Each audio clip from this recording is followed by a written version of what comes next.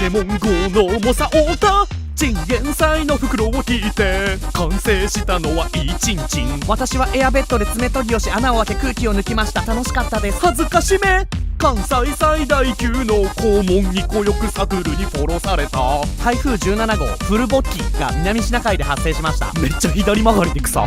東大生みんなこれやってます。レインボーロード逆走。就職したければ今すぐ海水所属の浜かゆくて書いてるやつ全員バカです。エセひろゆきライフジャケットってマジで必要なの？俺絶対落ちないから大丈夫だよ。心配するような家族も恋人もいないし。てめえが落ちたらそこが釣り禁止になるんだよ。誰もおめえの心配なんかしねえよカス。